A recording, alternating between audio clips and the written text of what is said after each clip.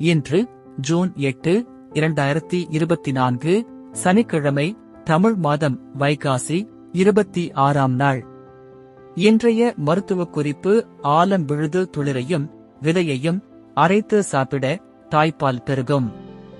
இன்றைய நல்ல நேரம்: காலை 10:30 மணி முதல் 11:30 மணி வரை, மாலை 4:30 மணி முதல் 5:30 மணி வரை.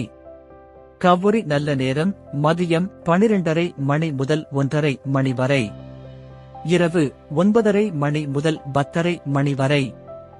ராகு காலம்: காலை 9 மணி முதல் 10:30 மணி வரை. யமகண்டம்: மதியம் 1:30 மணி முதல் 3 மணி வரை. குளிகை: காலை 6 மணி முதல் 7:30 மணி வரை.